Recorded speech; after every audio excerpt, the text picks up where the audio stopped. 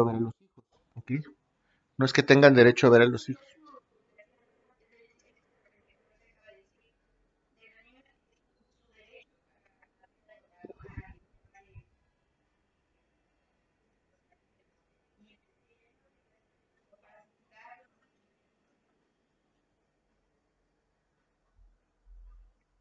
¿Qué más?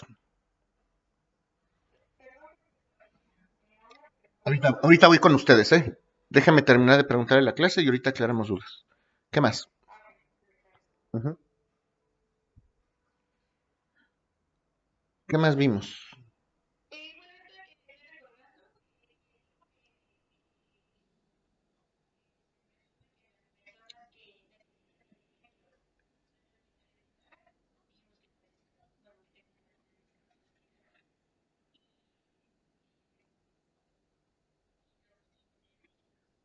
¿Qué es un interdicto? Eso estaba interesante. ¿Qué es un interdicto?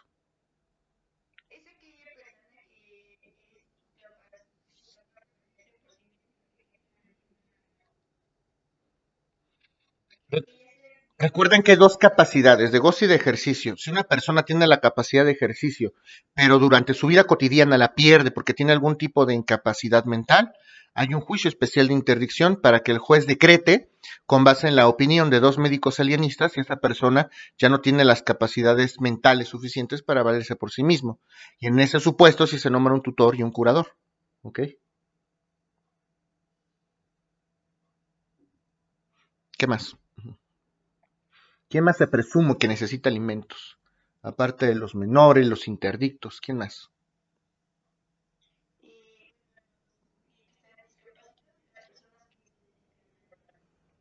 Y por ahí hablábamos de el derecho concursal, una cosa muy curiosa que les comenté.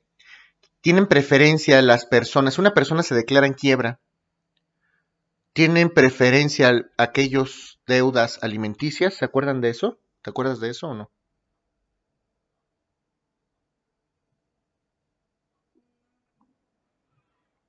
Yo les comentaba que si yo tengo muchas deudas, yo puedo tramitar, puedo hacer un juicio especial para que el juez me declare en quiebra. Si yo tengo seis acreedores a los que les debo dinero, debo 6 millones de pesos, pero solamente tengo 150,000 pesos, se hace un juicio especial para que el juez me declare en quiebra o en concurso.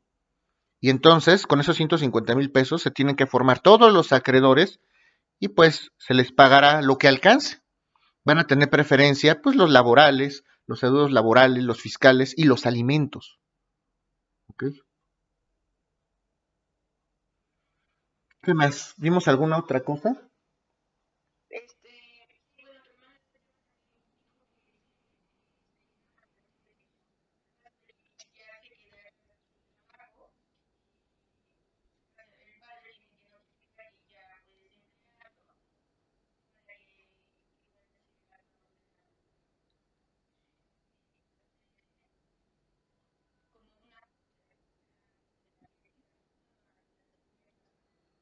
Ujú.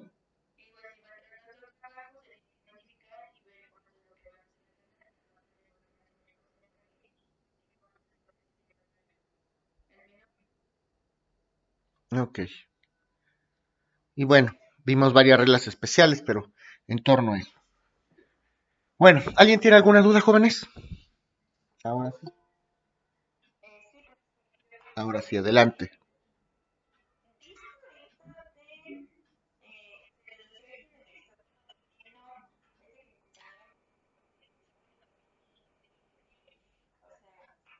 Es que de hecho es derecho del niño, no de los papás.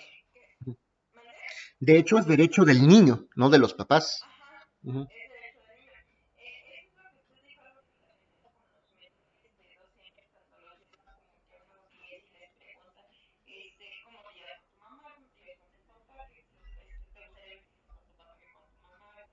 Ujú. Sí, justamente. Cuando estamos en un pleito o en una controversia de guardia y custodia familiar y los papás están peleando la guardia y custodia, ¿con quién va a vivir el menor? Se tiene derecho, por supuesto, a escuchar al menor, cualquiera de los dos progenitores o incluso el juez de oficio, él solito, tiene que decretar una audiencia, tiene que fijar la fecha para que se lleve a cabo una audiencia donde se escuche al menor y van a llamar a un representante del DIF, van a llamar al Ministerio Público, justamente para que escuchen al menor. Entonces llegan los papás con el menor, está el juez, está el secretario de acuerdos y el juez, el secretario de acuerdos, el del DIF, el Ministerio Público se encierra en la puerta cerrada, valiendo la redundancia, se encierran en la oficina del juez y empiezan a platicar con el menor. Oye, hijo, ¿cómo te llamas? Eh, ¿Cómo estás? ¿Te gusta jugar? ¿No te gusta jugar? Oye, ¿cómo te sientes? Él es tu papi y lo primero que hacen es ver si reconoce, se tiene que cerciorar si el niño reconoce o no al papá o a la mamá. ¿Reconoces a él como tu papá? ¿Reconoces a él como tu mamá? No, pues que sí, no, pues que no. ¿Cómo la llevas con ellos? ¿Te gusta convivir contigo? ¿Quieres estar con ellos? ¿No quieres estar con ellos? Y todo eso se va sentando en un acta. Por supuesto que eso va a tomar en consideración el juez.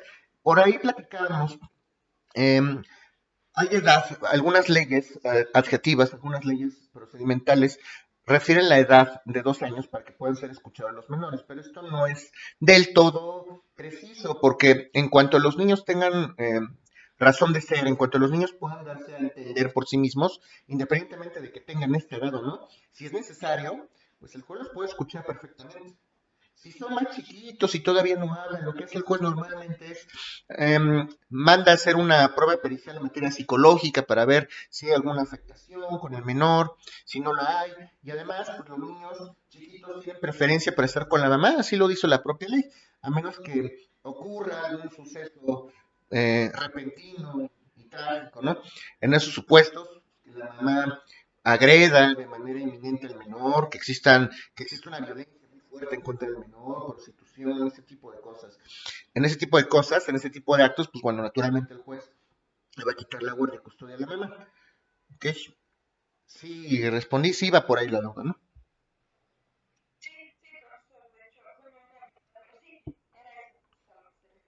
Ok. ¿Alguien más? Ok. ¿Alguien más?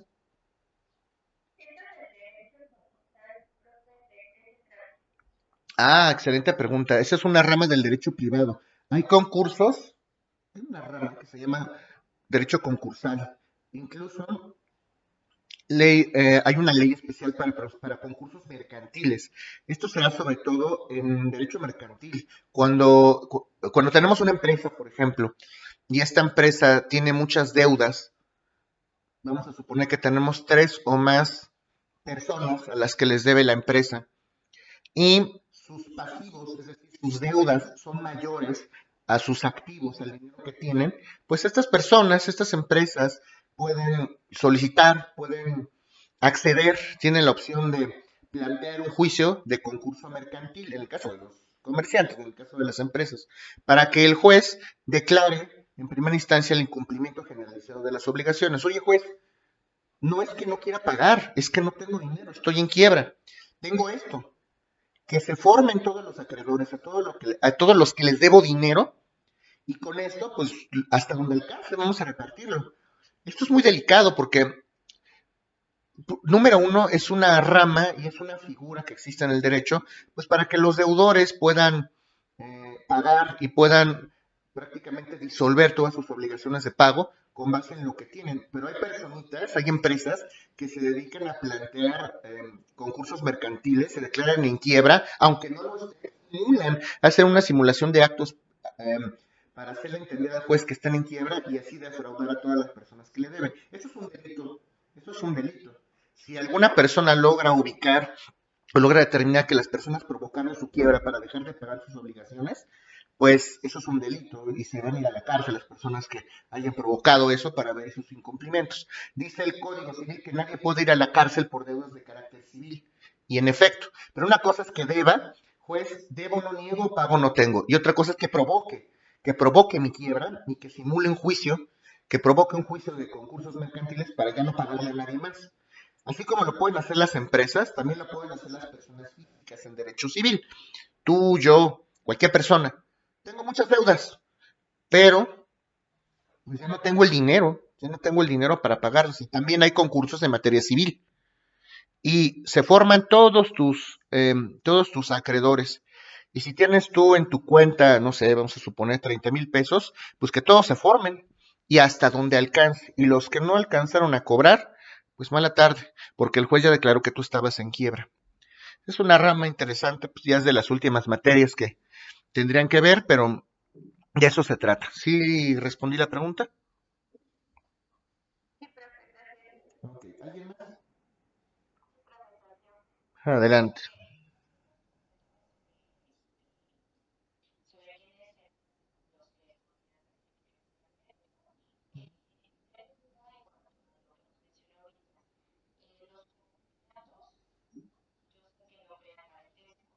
Ujú.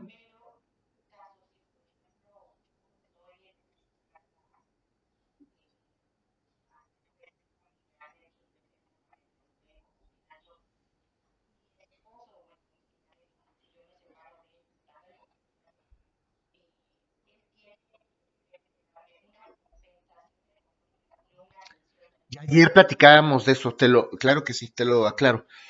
En el concubinato no se habla de compensación económica. No hay compensación económica al concubinato, pero sí hay pensión. Tú puedes demandarle pensión al otro concubino si es que así la llegaras a necesitar. Pero ¿cuál es el supuesto? Vamos a suponer que tú viviste en concubinato un año, ¿ok? Y termina el concubinato. Tú puedes demandar una pensión alimenticia al otro concubino si no tienes medios suficientes para subsistir durante el tiempo que estuvieron en concubinato. Si estuvieron un año, pues un año será lo que tendrás derecho a recibir de pensión alimenticia, ¿ok? Pero no se habla de compensación, ¿sí me explico? En cuanto dejan de vivir juntos, y si se acredita en juicio, porque además eso es otro tema, seguramente tanto el concubino que pide como el concubino que debe de dar los alimentos tienen que acreditar cuánto tiempo duró el concubinato, porque cuando ya no viven juntos se extingue y el juez tendrá que decretarlo en su momento. Pero si fue un año, pues tú tendrás derecho a recibir alimentos un año. Si fueron 5 años, pues tendrás 5 años. ¿Sí me explico?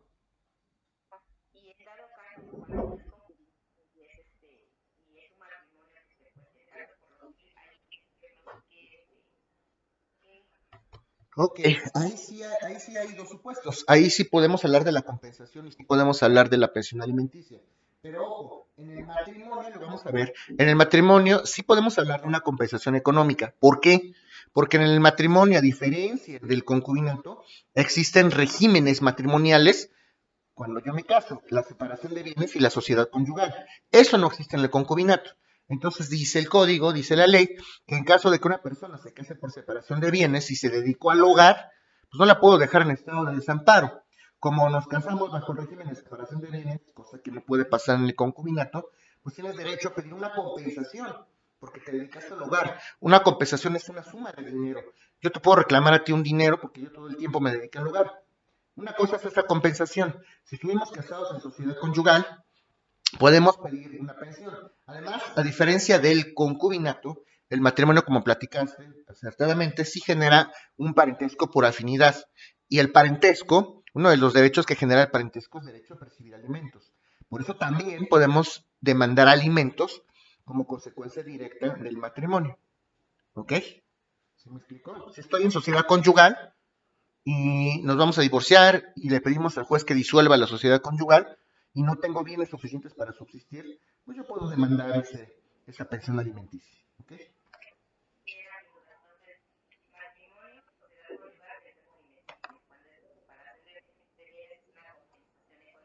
Ujú. Claro que sí. ¿Alguien más?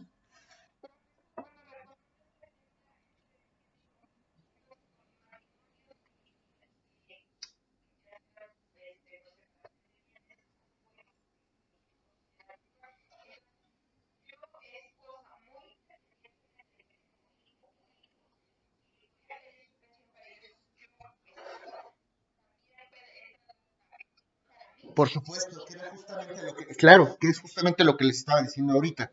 Como tú fuiste pariente por afinidad del otro cónyuge, pues independientemente de los niños, si tú no tienes bienes suficientes para subsistir, por supuesto que puedes pedir pensión alimenticia.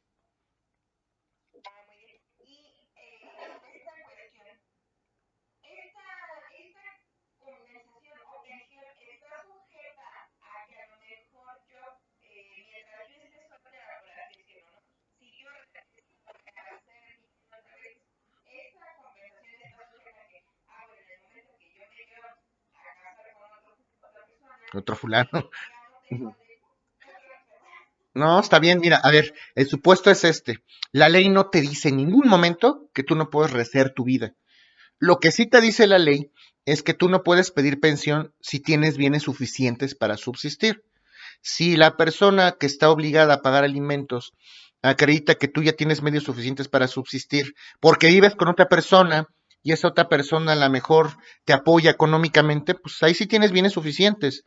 Aquí el meollo no es que vivas o que no vivas con alguien más. Aquí el punto fino es que tú le acreditas al juez que no tienes bienes suficientes para subsistir. Pues tú puedes tener un novio y a lo mejor el novio no te apoya económicamente. Pues en ese supuesto sí lo puedes hacer. Pero si ya vives con una persona y esa persona te apoya económicamente y se acredita en juicio que no necesita los alimentos, pues no te los van a dar. ¿Ok?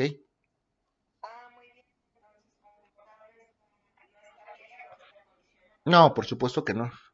Así es. Ujú. Claro que sí. ¿Alguien más, muchachos?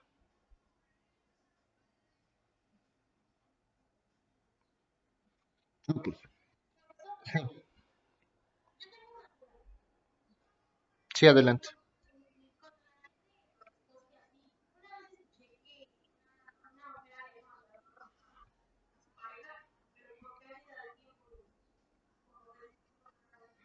No, bueno, no, si vieran la cantidad de historias macabras que hay en los tribunales jóvenes, pero en el Código Civil, en el derecho de familia, conforme a las disposiciones del derecho familiar, pues no puedes demandar a una persona por pérdida de tiempo. Los dos decidieron, recuerden ustedes que el derecho civil es el conjunto de normas jurídicas que regula la relación de los particulares entre sí. Si tú te casaste con una persona, fue de manera voluntaria, ¿ok? Recuerden ustedes que uno de los elementos del acto jurídico es la solemnidad. El matrimonio es un acto solemne. La forma, el consentimiento, el objeto del matrimonio. Si se dan esos elementos, el acto existe en la vida del derecho. ¿Ok? Sé que eso no lo vieron, lo explicaremos en su momento.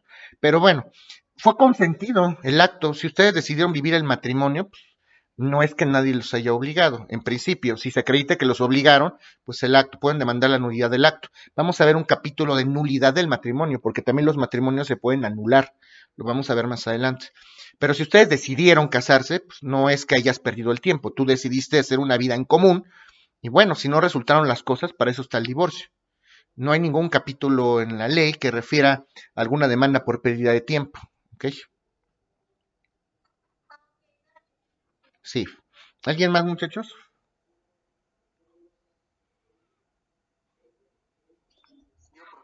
Sí.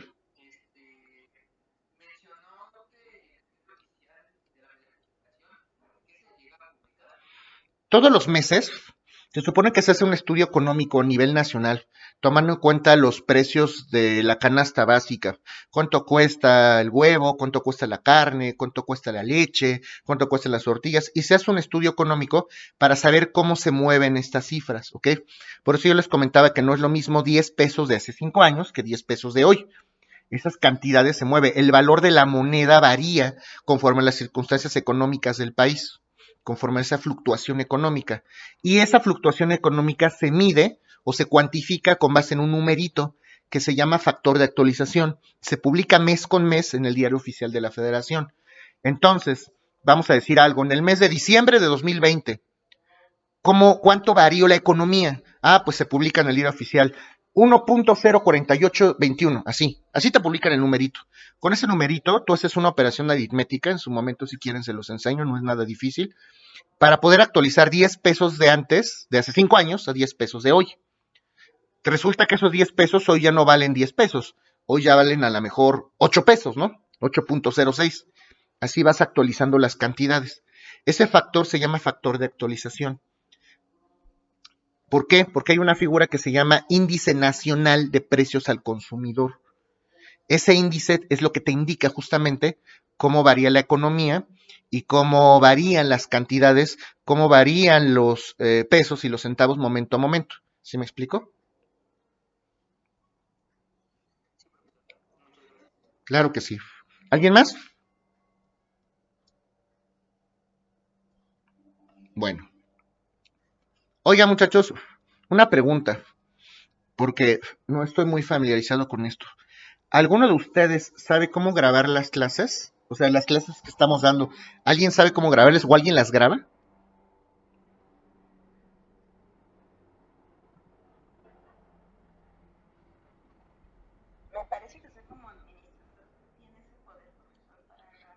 Es que en Meet no puedo. Ese es el problema. En Zoom sí me permite, pero en Meet no puedo. Por eso alguno de ustedes pueden hacerlo.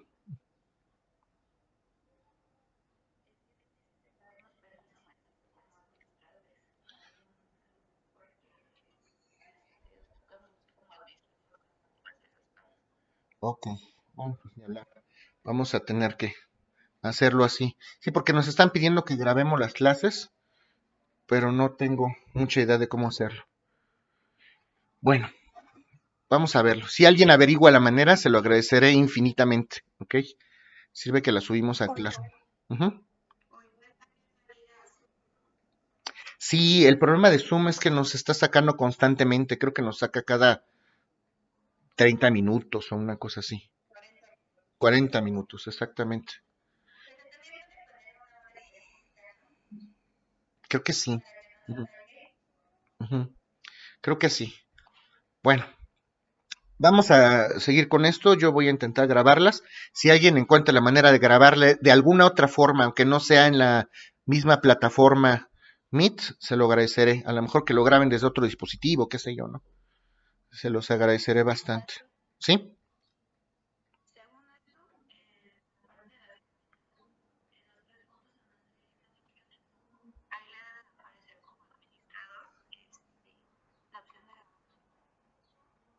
Denunciar abuso, buscar subtítulos, informar un problema, compartir pantalla, configuración. Pues no, les digo que aquí no me parece muy bien eso. Sí, no hay más opciones. Bueno, ni hablar. Desventajas de estos sistemas. Bueno, si alguien averigua alguna manera, se lo agradeceré muchísimo. ¿Ok?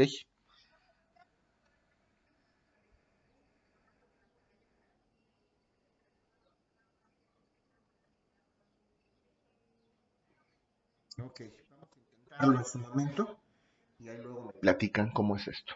¿Ok? Bueno, muchachos. Vamos a retomar entonces nuestra sesión del día de hoy y vamos a continuar con esto de los alimentos. Ya nos falta muy poquito de los alimentos. Me interesaba que conocieran las reglas básicas de los alimentos y para concluir estos temas, porque nos toca platicar de la violencia familiar, un tema interesantísimo, les quiero comentar al final quiénes son las personas que tienen derecho para pedir, para demandar los alimentos. ¿Ok? Y se los voy a decir a continuación. ¿Quiénes tienen derecho o quiénes tienen esa facultad, esa acción para pedirle alimentos al juez? Número uno, el acreedor alimentario. El acreedor alimentario. ¿Quién es el acreedor alimentario? Pues el acreedor alimentario es la persona que tiene derecho a percibir los alimentos. El esposo, la esposa, el menor, el abuelito, el concubino. Obviamente esas personas, el que tiene derecho a percibir los alimentos, el acreedor alimentario, en primer lugar tiene derecho a solicitar o a pedir, a demandar estos alimentos.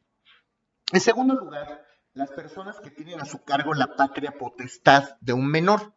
Las personas que tienen a su cargo la patria potestad de un menor también tienen derecho para demandar estos alimentos ante la autoridad competente. ¿Ok? En tercer lugar, los tutores. Ya quedó claro que el tutor va a tener una función muy exclusiva. La función del tutor es administrar los bienes del menor o incapaz.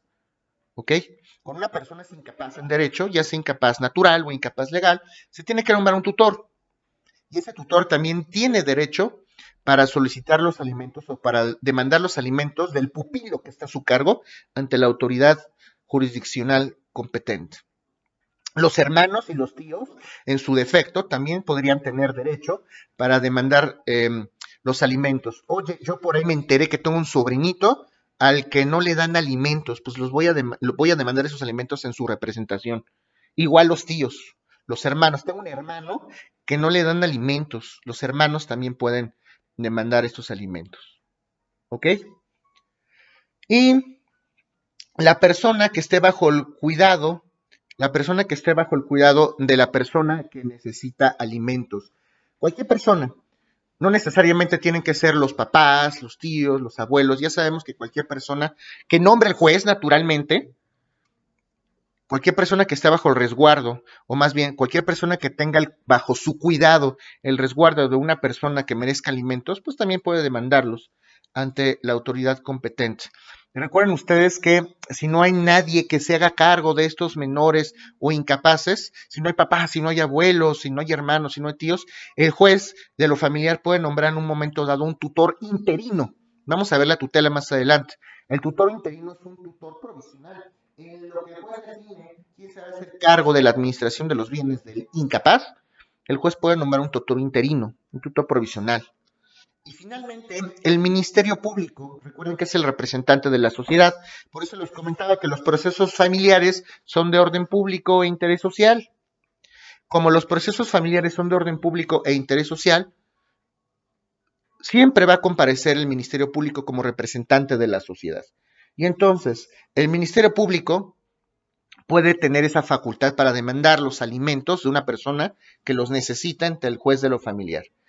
Y además cualquier persona puede acudir al Ministerio Público para hacer de su conocimiento, si es que lo sabe, claro está, que algún menor tiene esa necesidad de recibir alimentos y no se la dan. Oye, Ministerio Público, vengo a acusar a las personas que están cuidando a fulanito de tal, al pobre niño, porque no le dan alimentos. Entonces pídelos, porque tú sí tienes facultades, yo no a la mejor. ¿Ok? ¿Sí está claro esto que les estoy comentando? Ok. Ahora, algo muy importante que no comentamos ayer por razones de tiempo es que los alimentos se tienen que asegurar. Esto es muy interesante y es muy importante. Vamos a suponer el caso clásico de los menores. Vamos a suponer que, y siempre les hablo de menores y de papá y de mamá, porque es lo más común, pero eso no quiere decir que también se dé entre cónyuges o entre abuelos o entre padres, etcétera. Pero vamos a suponer que mamá y papá se divorciaron y mamá tiene la guardia y custodia del niño y mamá demanda los alimentos al papá y el juez entonces condena al papá a dar alimentos a su hijo de manera mensual. El juez condenó al papá a darle mensualmente al niño la cantidad de 5,000 pesos. ¿Ok? No basta con que el papá dé esos 5,000 pesos mensuales. La ley dice que esos alimentos se tienen que garantizar porque son de orden público e interés social. A toda la sociedad nos interesa que una persona pague los alimentos a quien los necesita para mantener ese núcleo social familiar adecuadamente. Entonces el juez familiar va a decir, ok, ya te condené a pagar 5,000 pesos mensuales, papá. Pero no basta con eso, tienes que asegurar los alimentos. ¿Qué quiere decir eso? A mi juez tienes que garantizarme hasta por un año esa suma de alimentos. Si te llegas a atrasar, entonces vamos a utilizar esa garantía para no dejar en estado de indefensión al menor. Imagínense si se atrasa el papá 2, 3 meses, pues el menor no se puede quedar sin comer, evidentemente. Entonces el juez va a ordenar, bueno, pues, que se garantice el alimento. A ver, papá, tienes que garantizarme un año de pensión alimenticia. Si yo te decreto una pensión de 5,000 pesos, 5 por 12, ¿cuánto es? Eso es lo que tienes que garantizar. ¿Ok?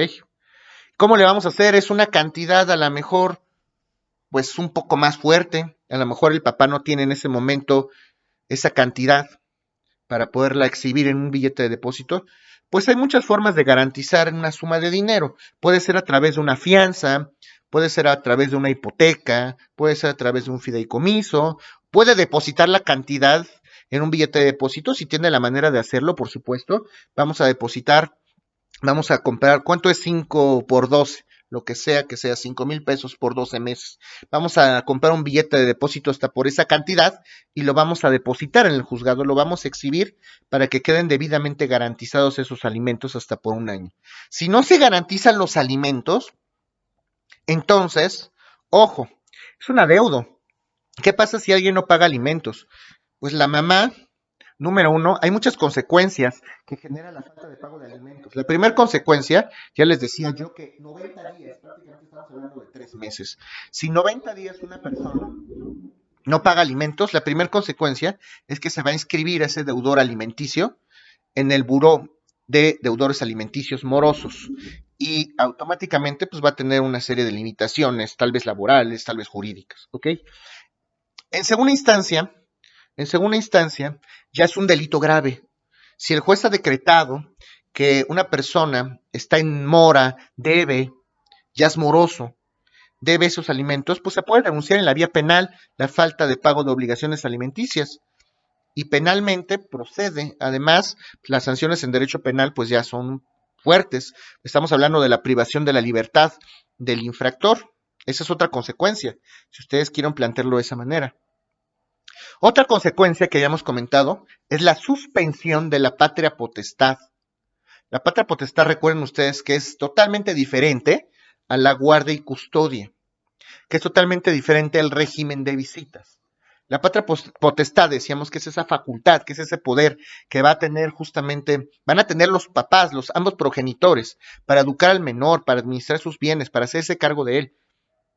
Si una persona pierde la patria potestad, puede perder, naturalmente en consecuencia, perdería el derecho a ver al menor. En primera instancia, pues tú ya perdiste la facultad para estar viendo al menor, ya perdiste además la facultad. Si ustedes tienen que sacar el pasaporte, se los comentaba el día de ayer, si tienen que tramitar el pasaporte ante la Secretaría de Relaciones Exteriores y acreditan que uno de los progenitores perdió la patria potestad, pues ya no tiene que firmar. Prácticamente recae sobre una sola persona esa patria potestad. Otra obligación es que, más bien, otra consecuencia del pago de alimentos es que naturalmente pueden ustedes exigir el pago de esos alimentos a través de la fuerza. Si el juez ya decretó, porque además recuerde que la pensión se puede pedir retroactiva, ¿okay? Si el juez ya decretó que una personita, el papá, ya no pagó esos alimentos y la mamá le manda los alimentos retroactivos, oye, hace 5 años que no me pagas, y el juez condena al papá de 5 años para atrás hasta la actualidad a pagar los alimentos, pues yo puedo pedir al juez de lo familiar que libre una orden de embargo para el cobro forzoso. Oye, papá, paga los alimentos, no quiero, no tengo, no puedo. Ah, perfecto. Entonces señala de bienes para embargo, no lo voy a hacer. Ah, no lo vas a hacer. Muy bien, entonces tu derecho pasa a mí, mamá. Y en ese momento se señalan bienes para embargo.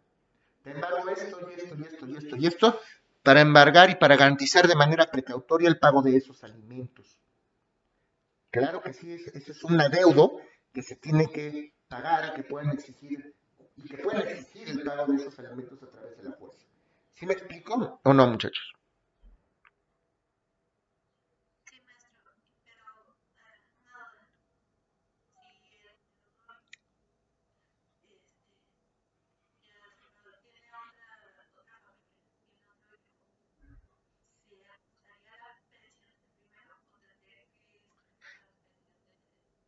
Son dos juicios totalmente diferentes y eso es muy común. Ya hay personas que tienen 2, 3 matrimonios y que se dedican a hacer este tipo de prácticas, ¿ok? Son dos juicios diferentes. Si a mí el juez de lo familiar me concedió una orden de embargo hasta por, no sé, 100,000 pesos, yo voy a llegar al domicilio del progenitor y voy a embargar hasta por esa cantidad, independientemente de que a lo mejor otra persona ya haya demandado también al progenitor. Bueno, pues ya la otra persona tendrá que ver la manera, tendrá que buscar la manera de hacer efectivo ese pago o ese cobro. Por lo pronto yo ya lo hice. ¿Okay? Muchos progenitores lo que hacen, obviamente, es contarle esa historia al juez. Oye, juez, no seas así, es que yo tengo otra familia, es que yo tengo otros hijos. Pues sí, señor, pero usted estaba consciente que tenía una obligación con su menor hijo.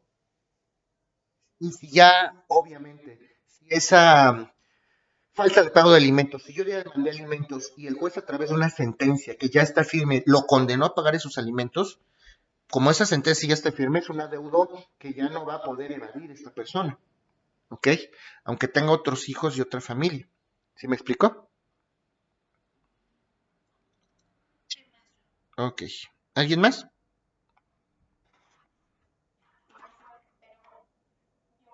Ujú.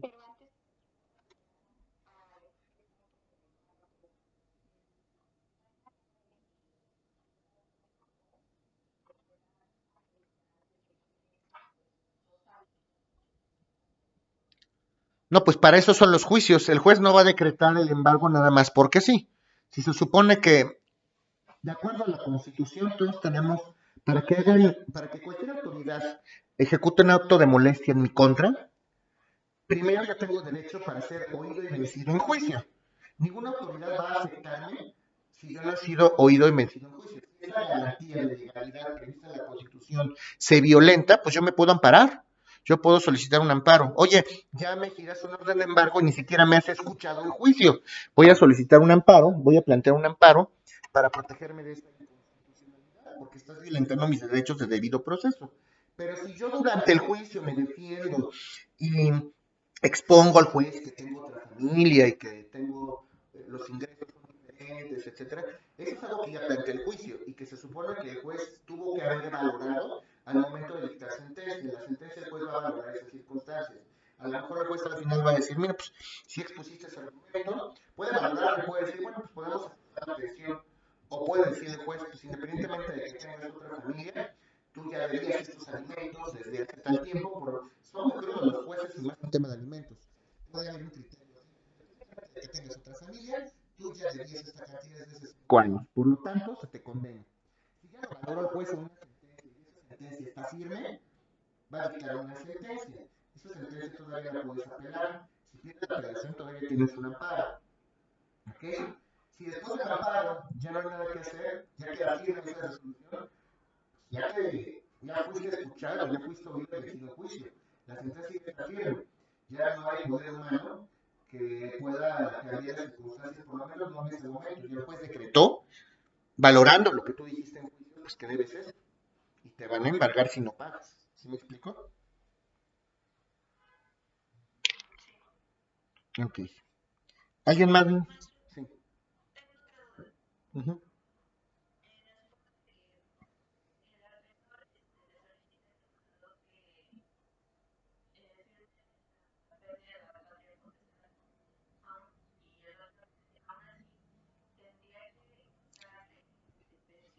A ver, ¿por qué crees que eso se podría hacer? ¿Yo puedo renunciar a la patria potestad de mi hijo?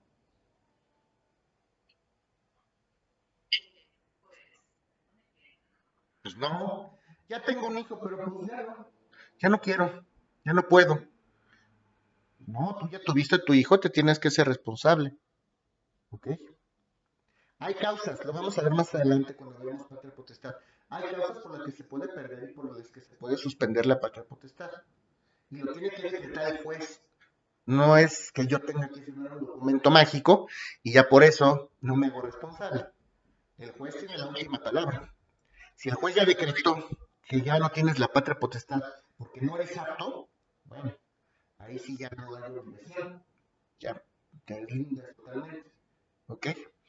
Y habría que ver porque hay algunos criterios de la Corte que dicen que sí y hay algunos criterios de la Corte que dicen que no. O sea, todos esos criterios y esas cosas dudosas, al final del día las resuelven los jueces de lo familiar. Lo técnico, lo ortodoxo es que si una persona ya no tiene la patria potestad, pues bueno, ya no tendría esa obligación. Si tiene por ahí una deuda de alimentos pendiente, lo va a tener que pagar hasta donde fue condenado. Si ya no hay adeudos, si la mamá ya no demandó, pues bueno, ya no habrá más adeudos que reclamar. ¿Ok?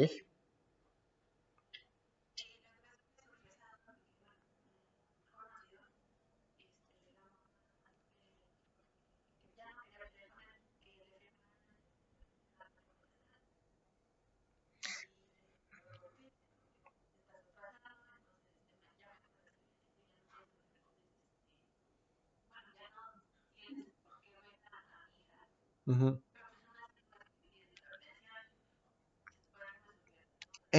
Recuerden ustedes, exacto, recuerden ustedes que las disposiciones de derecho familiar son de orden público y de interés social. Por lo tanto, ningún particular puede tomar ese tipo de decisiones.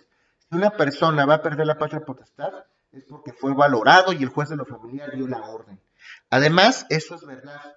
Por eso estos criterios la Corte los sustenta de esta manera. El derecho a percibir alimentos es irrenunciable.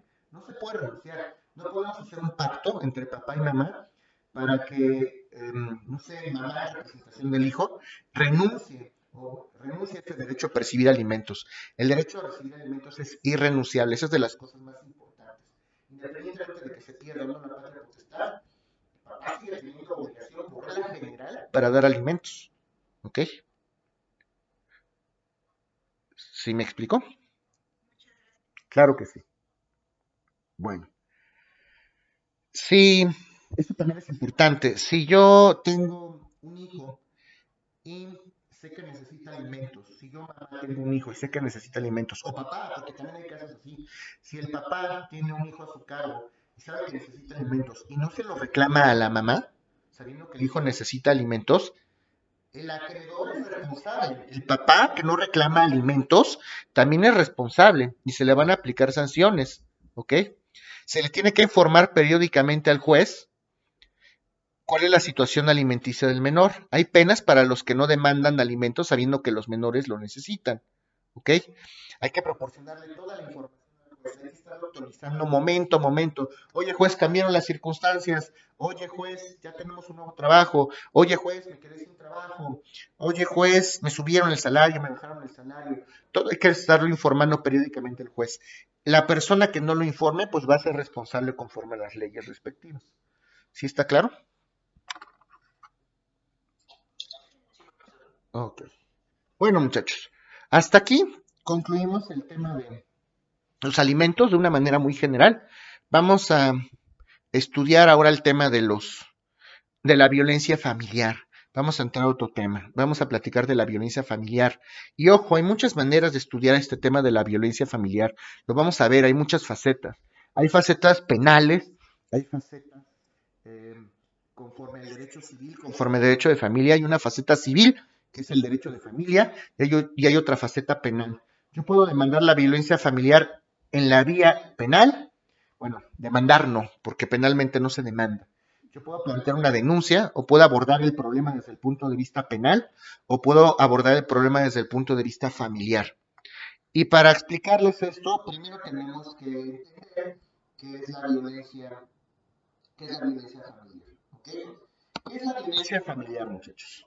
Les voy a explicar qué es la violencia familiar. La violencia familiar es aquel acto u omisión. La violencia familiar es aquel acto u omisión, acto u omisión intencional, es aquel acto u omisión intencional dirigido, acto u omisión intencional, dirigido a dominar. Sí, claro que sí. La violencia familiar. La violencia familiar es aquel acto u omisión,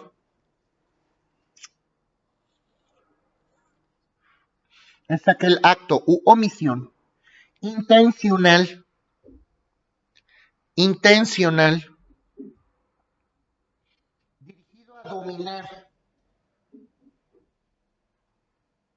dirigido a dominar, someter, someter,